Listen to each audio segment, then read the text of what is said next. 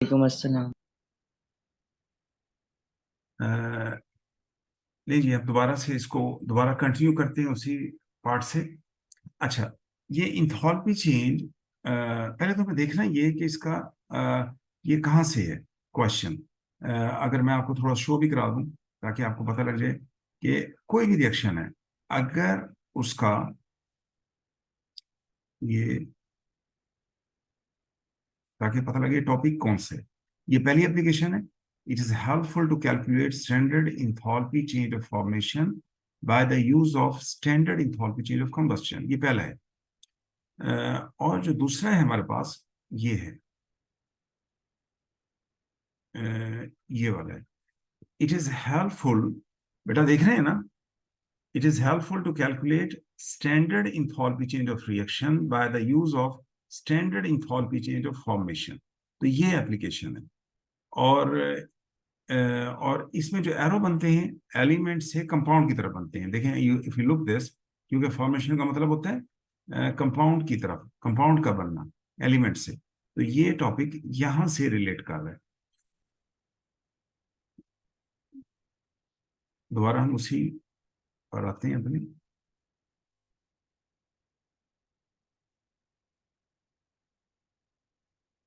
ये लीजिए। अच्छा देखिए, अब इसमें आपके पास ये चलें इसको हम इधर ही बना लेते हैं। ये CH4 plus O2 goes to CO2 और प्लस H2। ये इक्वेशन क्या है? ये है standard enthalpy change of combustion, और दिस इज द रिएक्शन। और अगेंस्ट वन मोल, इसको अगेंस्ट वन मोल करें। देखें, 1 mole of CH4 is burn. और जब इसको H4 है लेफ्ट साइड पर, H2 है राइट साइड पर, तो यहाँ पे 2 लगाया हमने, 2 लगाया। और ऑक्सीजन आपके पास राइट साइड पे 4 हो गए, तो यहाँ पर ऑक्सीजन के साथ आपने 2 लगा दिया। अच्छा, ये आपने निकालना है, ये वैल्यू आपने निकालनी है। अब आपने एलिमेंट्स, आपने एलिमेंट्स लिखे, लिखेंगे खुद से, जिस तरह मैंने आपको इक्वेशन बताई थी कि आपने, अब एलिमेंट कौन कौन से हैं इसको बनाने वाले? कार्बन है जो कि सॉलिड है, हाइड्रोजन है जो कि गैस है, ऑक्सीजन है जो कि मॉलिक्यूल है, और मॉलिक्यूल है हाइड्रोजन ऑक्सीजन। एक एरो इधर आ जाएगा, और ये जो एरो शो करेगा ये फॉर्मेशन ऑफ मीथेन, और इसकी वैल्यू है -74। ये देखें दी हुई है, ये वैल्यू ये दी हुई है, मैंने अंडरलाइन की। O2 is not a compound, इसकी 0 है। अब दूसरा एरो CO2, CO2 की तरफ आएगा, और CO2 की जो फॉर्मेशन है उसकी वैल्यू दी हुई है ये वाली, -394। ये तो -394, 394 ये होगी। और एक एरो H2O की तरफ आ रही है। ध्यान करना है, ये एरो का मतलब ये है वाटर की फॉर्मेशन, ये O2 से नहीं है। इसका मतलब है जो भी एलिमेंट चाहिए वो रिएक्ट कर रहे हैं, H2O बन रहा है, और 2 मोल बन रहा है। इसलिए 2 मल्टीप्लाई और -286, क्योंकि 1 मोल को का 286 होता है, 2 मोल है, तो ये आ जाएगा। अब क्लॉकवाइज एंटी क्लॉकवाइज, क्लॉकवाइज है -74 plus delta Hc of combustion, और इक्वल टू, और जो एंटी क्लॉकवाइज है -394, और प्लस इंटू -2 इंटू -286। ये, अब डेल्टा Hc को सब्जेक्ट बनाएं। जब डेल्टा Hc को सब्जेक्ट बनाएं तो फोर्थ का जो आंसर है आपको A मिलेगा। Did someone calculate? बेटा किसी ने कैलकुलेट किए? किसी ने कैलकुलेट किए? सर कर रहे हैं। अच्छा, करो करो करो करो, करो। दोनों राइट साइड वाली दोनों माइनस साइड हो जाएंगे, और -74 हो जाएगा, प्लस हो जाएगा। देखिए इट कम्स अप -892। थोड़ा जल्दी करें, टाइम थोड़ा।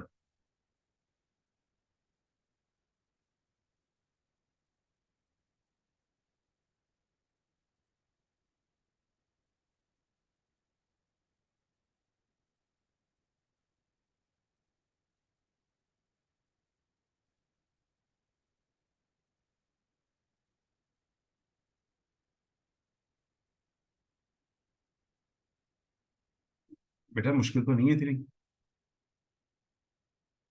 उमर आपके पास नहीं है बेटा कैलकुलेटर? माजिद, रेयान, आयमा, आप बेटा आपके पास कैलकुलेटर नहीं है? जी सर है। बेटा जल्दी करो ना, इतना टाइम वेस्ट हो रहा है हमारा, जल्दी फटाफट करें। 74 वो उधर ले जाना है बस, और क्या। सर आ गया आंसर। यही है, जी 892। -892। जी -89। गुड, तो दिस इज, तो इट शुड बी क्लियर। और डाउट है तो मुझे बताइए। अच्छा, नेक्स्ट इज क्वेश्चन नंबर 5। और जरा म्यूट कर लें हंसी बेटा। Which equation represent the standard enthalpy change of formation of ethanol? देखें, अब इथेनॉल की formation, according to definition, 1 mole of ethanol is formed from its element in standard state under standard condition। तो 5 का जो है वो बी पार्ट मैच होता है। क्यों बी पार्ट इसलिए मैच होता है? कार्बन सॉलिड है, 2 मोल चाहिए, हाइड्रोजन 6 हैं, तो 3H2 चाहिए गैस, हाफ O2 गैस है, और C2H5OH लिक्विड है, लिक्विड है, दिस द पॉइंट, लिक्विड होता है ये। तो that's why B is correct, ये सिंपल था। उसके बाद नेक्स्ट इज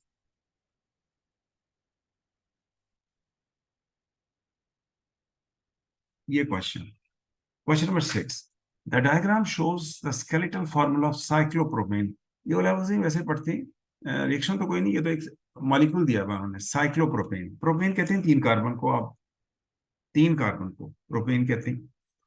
तो क्वेश्चन ये हमारा 6,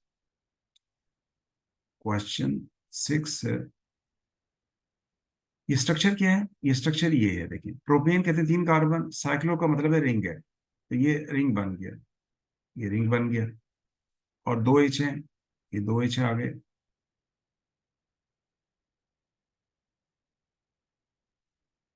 2H, हर एक के 2H है, क्योंकि 4, आपको पता है 4 कार्बन की वैलेंस सी होती है, तो पूरे हो गए। तो ये स्ट्रक्चर हो गया। अच्छा, the enthalpy change of formation of cyclopropane, ये दिया हुआ है उसने। Enthalpy change of atomisation of graphite, ये भी दिया हुआ है। बॉन्ड एनर्जी HH की दी हुई है, और CH बॉन्ड की भी दी हुई है। What's value for the average bond enthalpy of CC bond in the cyclopropane can be calculated from this. मतलब अब ये, लेकिन जब भी कोई क्वेश्चन आप करते हैं, तो पहले तो इसका इसका वो इसका रूट, इस कहाँ से ये डिराइव हुआ, ये इंपॉर्टेंट पॉइंट है। Can someone tell me which what is the topic from where this question comes from? बेटा बताएंगे आप में से कोई? Sir bond energy. हाँ, बॉन्ड एनर्जी। और ये पता है कौन सा टॉपिक है? मैं आपको दिखाता हूँ जैसे, अब मैं आपको रिव्यू कराता हूँ। ये देखिए,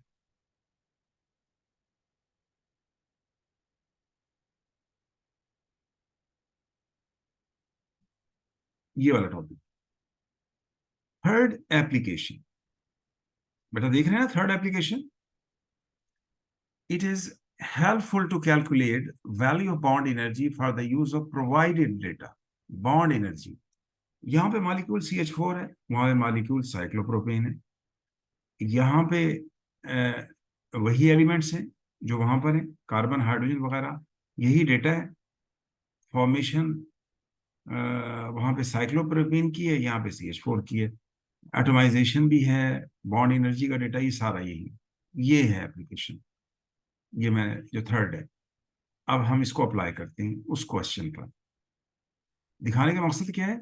ताकि आपको पता लगे कि ये यहाँ से क्वेश्चन आ रहा है। ये असल चीज ये है कि हमें देखना है, ब्लाइंडली नहीं चलना। ब्लाइंडली चलेंगे तो वो समझ ही कोई नहीं आते फिर। अच्छा, ये हमारे पास है। अब हम निकालना चाह रहे हैं सीसी बॉन्ड की enthalpy, bond energy basically, bond enthalpy. और ये है, ये लिख मैंने अंडरलाइन किया। अच्छा, अब मैं इसको, मेरे पास ये मॉलिक्यूल है। जब मैं सारे बॉन्ड तोड़ दूंगा तो इसका मतलब ये है मेरे पास 3 सी आ जाएंगे और ये गैस फॉर्म में होंगे क्योंकि हर बॉन्ड टूट चुका है। और 6H होंगे। बेटा 6H, हर एटम जुदा होगा, सेपरेट होगा, अलग अलग होगा 6H। अब हमने कितने बॉन्ड तोड़े और कौन कौन से तोड़े, ये मैं ऊपर लेबल कर रहा हूँ।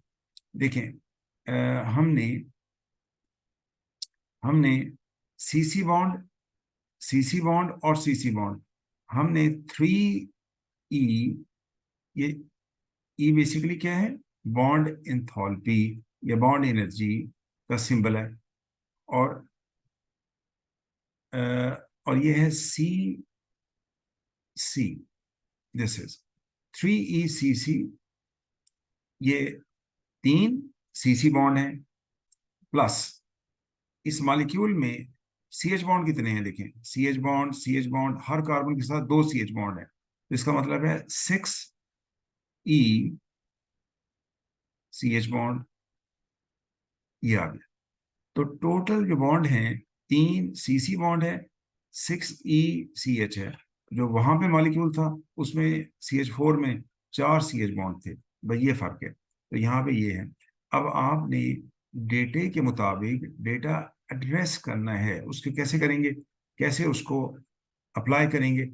आपको दिया हुआ फॉर्मेशन, ये देखिए, ये फॉर्मेशन ऑफ साइक्लोप्रोपेन है। और फॉर्मेशन ऑफ साइक्लोप्रोपेन के लिए आपको एलिमेंट्स लिखने पड़ेंगे। और ये एलिमेंट्स मैं लिख रहा हूँ, देखें, कार्बन सॉलिड है, हाइड्रोजन गैस है, और O2 गैस है। ये टाइम बचाने के लिए मैं सिंबल्स नहीं लिख रहा। कार्बन 3 है तो 3 आ गए, और ये सॉलिड है, ध्यान करना ये सॉलिड है। और हाइड्रोजन चूंकि 6 है तो 3H2 आ जाएगा। और इसमें हाँ O2 तो है ही नहीं, O2 तो है नहीं, तो ये हमने इरेज कर देते हैं, ये हम इरेज कर देते हैं। अब यहां से ये एलिमेंट्स हमारे पास है,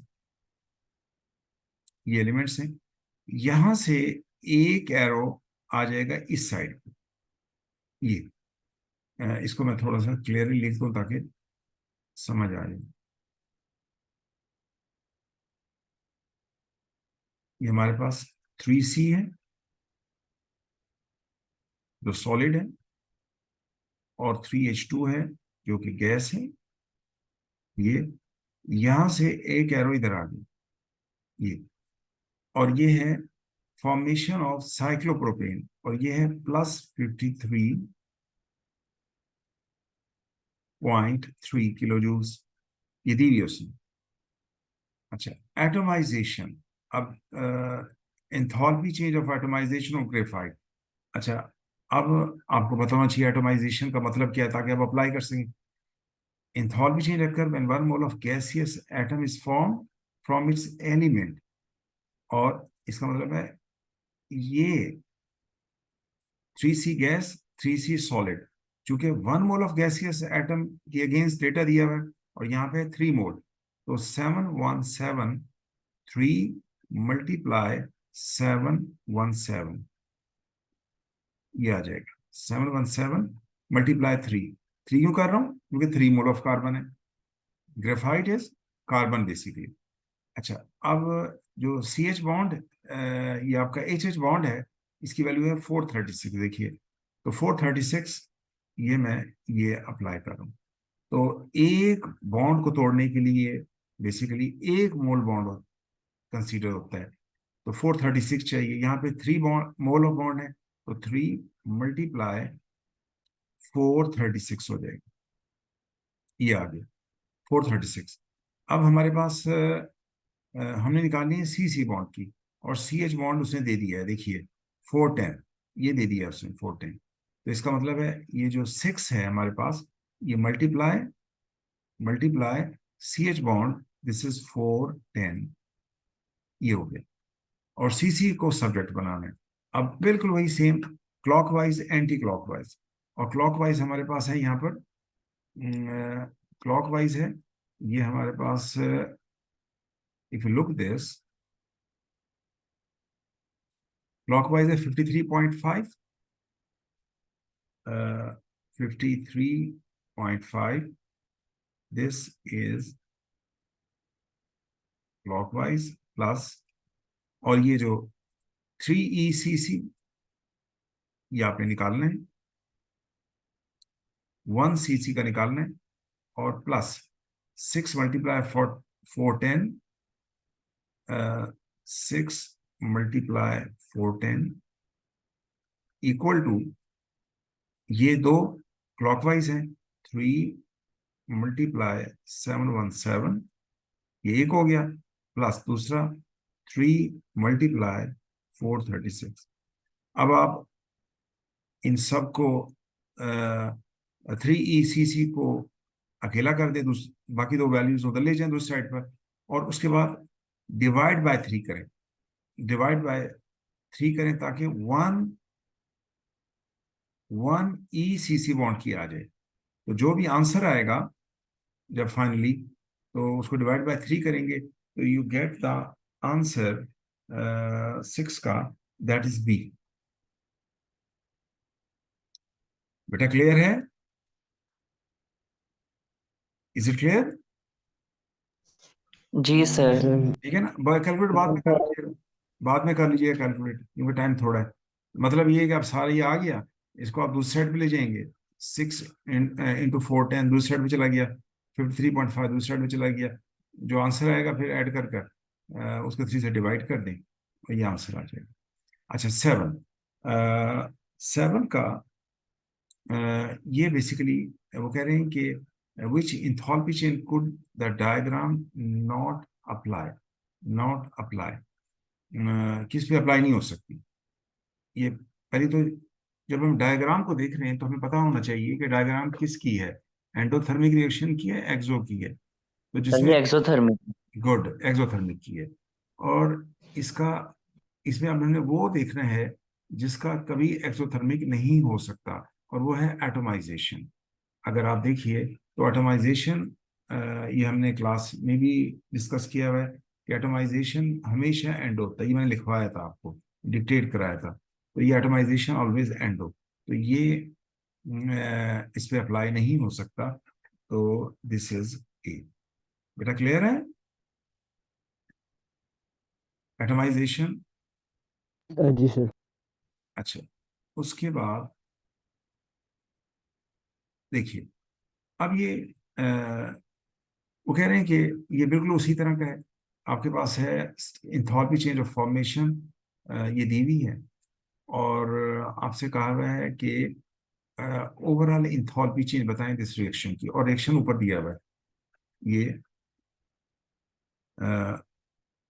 ये 4HCl, ये आपके पास 4HCl plus O2 reversible 2Cl2 plus 2H2, ये दिया है। और चूंकि डेटा है फॉर्मेशन का, डेटा फॉर्मेशन का है, तो आपको एलिमेंट लिखने पड़ेंगे। मतलब H4 है तो इसका मतलब है 2H2, और Cl4 है तो 2Cl2, और O2 2 है तो प्लस O2। तो एक एरो इधर आ गया, एक एरो इधर आ गया, और यानी ये एरो क्या शो करेगा? फॉर्मेशन ऑफ HCl, और मल्टीप्लाई बाय 2, क्योंकि 4 टाइम है, तो ये इसका मतलब है 4 मल्टीप्लाई -9 2। ACl की फॉर्मेशन ये दी हुई है। O2 is not a compound, इस पर अप्लाई नहीं होगा। Cl2 भी मॉलिक्यूल है, कंपाउंड नहीं है, अप्लाई नहीं होगा। और दूसरा एरो इधर होगा, 2 मल्टीप्लाई H2O, इट इज -242। बस मसला हल हो गया। डेल्टा HR ये रिएक्शन निकालना है आपने। तो clockwise anti clockwise equal to anti clockwise, तो 4 मल्टीप्लाई -92 ये हो जाएगा प्लस डेल्टा एच आर और इक्वल टू 2 इंटू -242। बेटा डेल्टा एच आर को अगर आप सब्जेक्ट बनाएंगे तो this is enthalpy change of reaction, और इसकी वैल्यू -116 किलो जूल पर मोल आ रही है।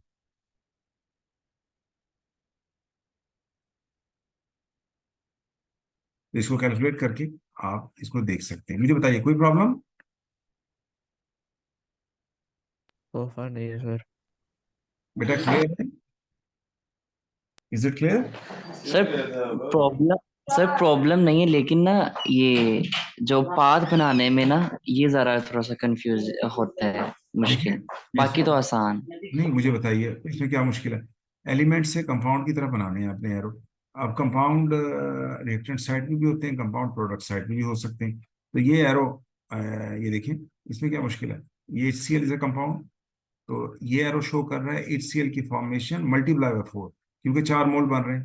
हंसी बेटा देख रहे हो ये वाला? यस सर, जी जी। और O2 जाहिर है मॉलिक्यूल है, ये कंपाउंड नहीं है, इसको जीरो चेंज है। Cl2 भी इसी तरह ही है, और 2H2O ये मल्टीप्लाई 2 टाइम हो जाएगा।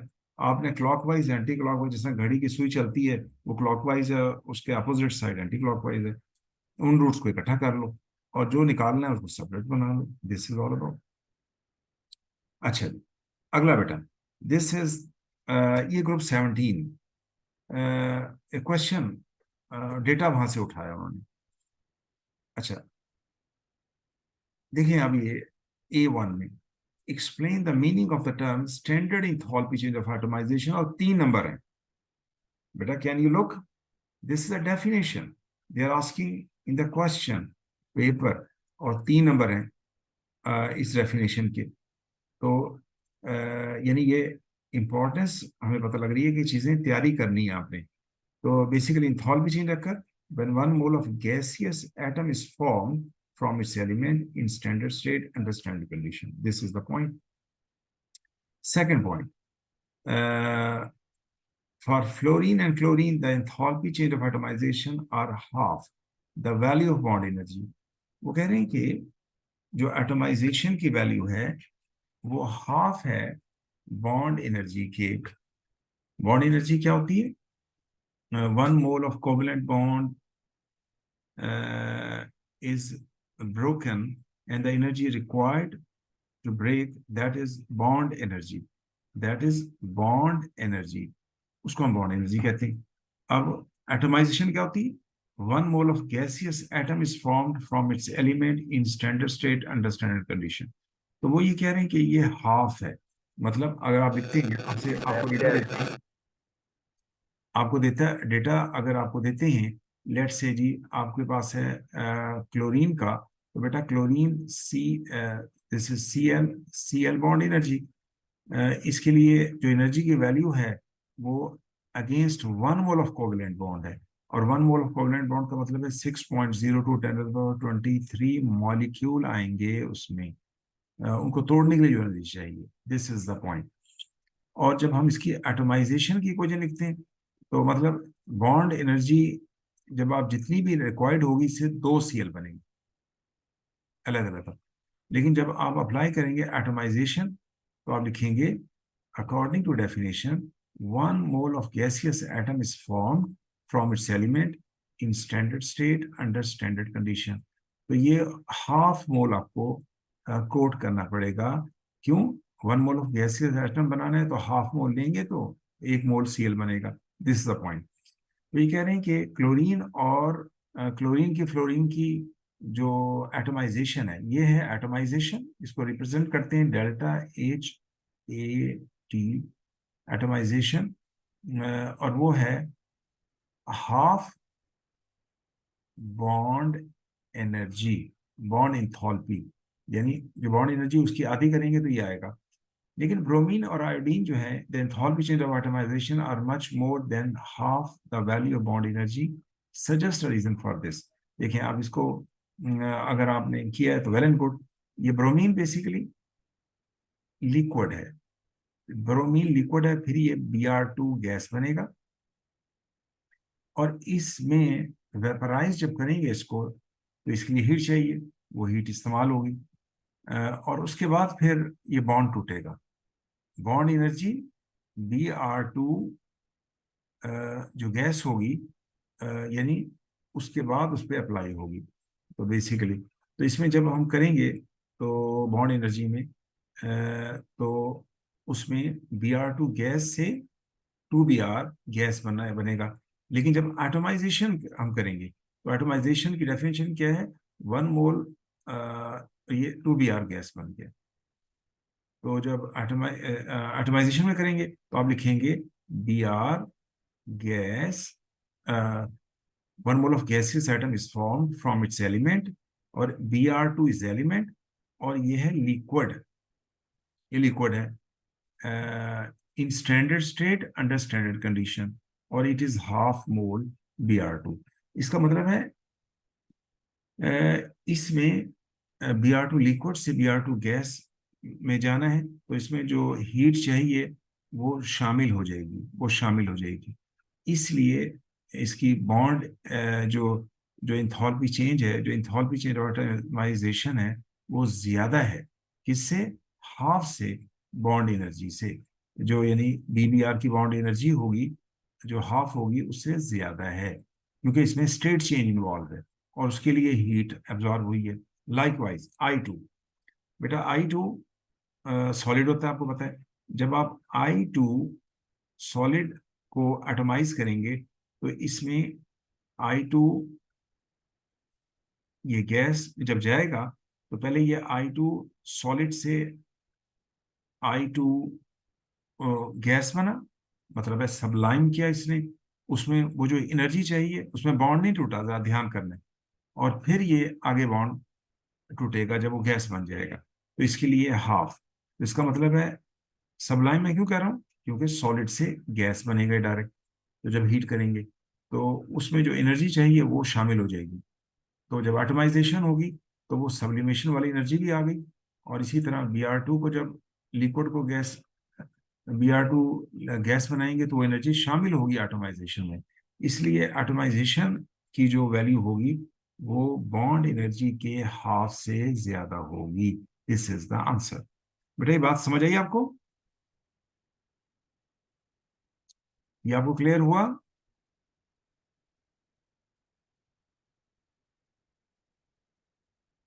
बेटा समझ आई या नहीं आई, ये क्लियर हुआ या नहीं हुआ? नो प्रॉब्लम, सर आ गया, सर आ गया हल्के हल्के से। ठीक हो गया। अगर कोई प्रॉब्लम है बता दीजिएगा। अच्छा, वो कहते हैं standard enthalpy of formation of iodine monochloride is -24.0, ये दे दिया है। यानी इसको फॉर्मेशन जब करना है तो इतनी एनर्जी रिलीज होगी। Use this information and the bond energy of iodine and chlorine to calculate ICl bond energy. अच्छा, ये अब ये क्वेश्चन भला कहाँ से आया, जरा देखिए, सोच के मुझे बताएं किस टॉपिक से, चैप्टर किस टॉपिक से, जरा बताएं। क्या बता सकते हो किस टॉपिक से है ये वाला? ये है, अब जरा और से देखिएगा, ये है पहले ही टॉपिक है, जरा देखिए ये वाला। ये मैं आपसे शेयर करता हूँ, ये देखिए ये वाला जो टॉपिक है। पहला टॉपिक हमने किया था बॉन्ड स्ट्रेट फॉरवर्ड, ये वाला। कि स्ट्रेट फॉरवर्ड ये एक एग्जांपल के तौर पे दिया हुआ था कि ये रिएक्टेंट साइड की होती है bond breaking, product side bond formation और रिएक्टेंट साइड एंडो होता है, प्रोडक्ट साइड एक्सो होता है। उसके बाद फिर हम delta H is equal to H1 - H2 करते हैं। ये फार्मूला, H1 का मतलब होता है energy required to break bond, H2 का मतलब होता है energy release when bonds form. तो दिस इज द फार्मूला। अब यहाँ पे थोड़ा सा उन्होंने चेंज किया। उन्होंने क्या किया कि डेटा रीशफल किया। वो कैसे? डेल्टा H उसने दे दिया, H1 हम डेटा जो हमें देंगे उससे हम निकाल लेंगे, या दिया होगा हमें, H2 हमसे पूछा है। आप जरा देखिए इसको, ये है बेसिकली जो फार्मूला है जो हम अप्लाई करेंगे। अच्छा, अब इसको हम अप्लाई करते हैं, देखिए ना।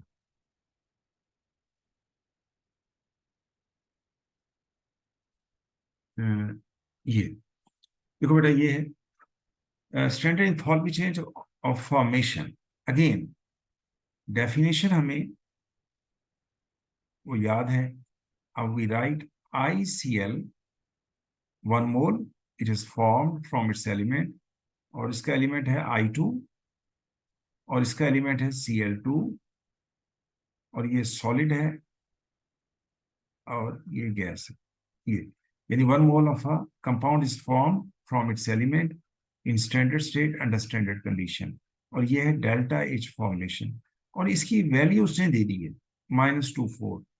और ये जो डेल्टा H फॉर्मेशन है, ये इंथैल्पी चेंज दी तो है, इंथैल्पी चेंज है। अच्छा, अब हमें क्या दिया, ये हमारी साइड H1 है। अब देखिए मैंने आपको दिखाया, बिल्कुल भाई, ये H2 है। मतलब है, अगर आपको इंथैल्पी चेंज दी हुई है, उसने किसी भी रिएक्शन की, और आपसे कहते हैं जी बॉन्ड एनर्जी का डेटा इस्तेमाल करें, तो अ, आप delta H is equal to H1 - H2 इस्तेमाल करें, और बड़ी आसानी के साथ आप फार्मूला ये अप्लाई करें और आंसर निकाल लें। देखिए, अब इसको बैलेंस भी करना है। I is 1 in ICl, I is 1, तो यहां पर हाफ आ जाएगा, और Cl is 1, that's why it is half. तो half I2 plus half Cl2 goes to ICl। अच्छा, अब आपके पास डेटा उसने दिया हुआ है, ये देखिए, ये उसने दिया हुआ आपको I बेटा, बॉन्ड एनर्जी का डेटा दिया हुआ है, जरा चेक करें। दिस इज 151, नजर आ रहा है ना? जी सर।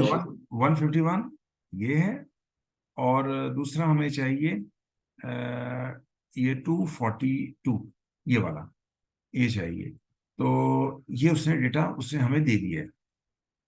तो यहां पर हम ये 151 और 242, 151, तो ये हाफ,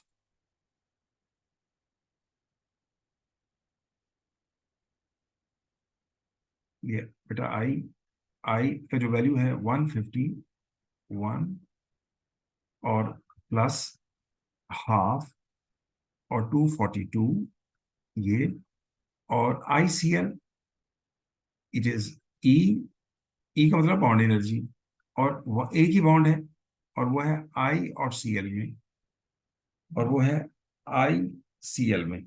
अच्छा, अब जब इसको सिंप्लीफाई करेंगे, और ये गोज टू दिस, ये आपने निकालना है ICl, इट इज H2, और ये आपको दिया हुआ है। तो अब फार्मूला अप्लाई किया आपने, उसी तरह से delta H is equal to, जो मैंने आपको पहले भी कहा, H1 - H2, ये आप अप्लाई करो।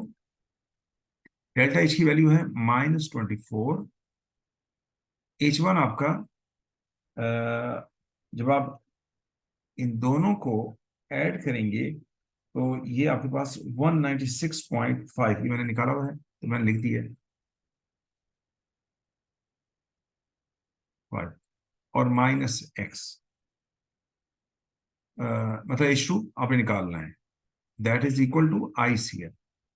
X2 में है ही एक बॉन्ड, ICl का है बेसिकली। तो x को अ, अब ये अपन माइनस, ये तो चला जाएगा, -24 -196.5 is equal to -x।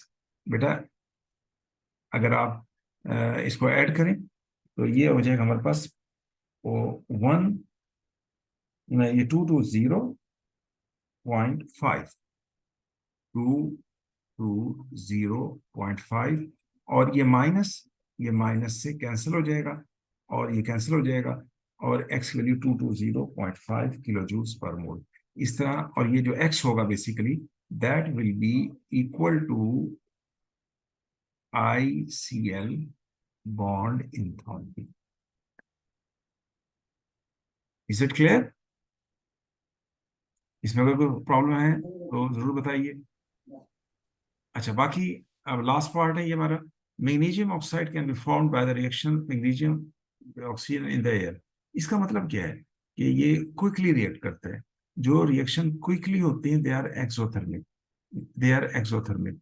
Draw fully labelled reaction pathway for the reaction between magnesium and oxygen. तो कैसे निकाला हमने कि ये हवा में रिएक्ट कर रहा है, खुद ब खुद रिएक्ट कर जाते हैं, एक्टिवेशन एनर्जी बड़ी लो है। तो ये आप लिखेंगे mg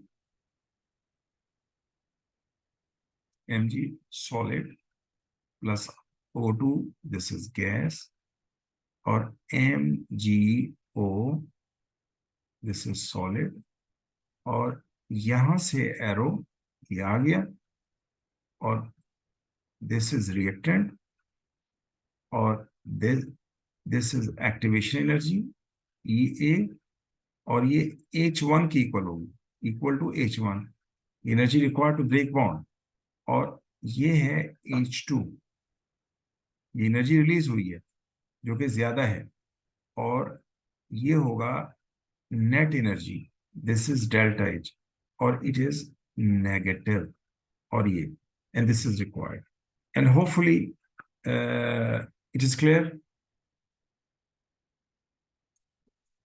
बेटा कोई क्वेश्चन? सर क्लियर है सर। तो हमें ऐसे भी पता चल सकता है कि यहाँ पे कंबस्टन हो रही है तो ये एक्सोथर्मिक है। हाँ, मतलब ऑक्सीडेशन हो रही है, खुद ब खुद हो रही है, नेचुरली हो रही है। जी जी, खुद ब खुद हो रही है। ये कंबस्शन ना भी करें, ये खुद ब खुद रिएक्ट कर जाते हैं। जो रिएक्शन बड़ा जल्दी हो जाए वो एक्सो होते हैं। ठीक है सर? Okay sir. बेटा ठीक है। बेटा कोई question? No sir. Are they clear? Yes. Are they clear?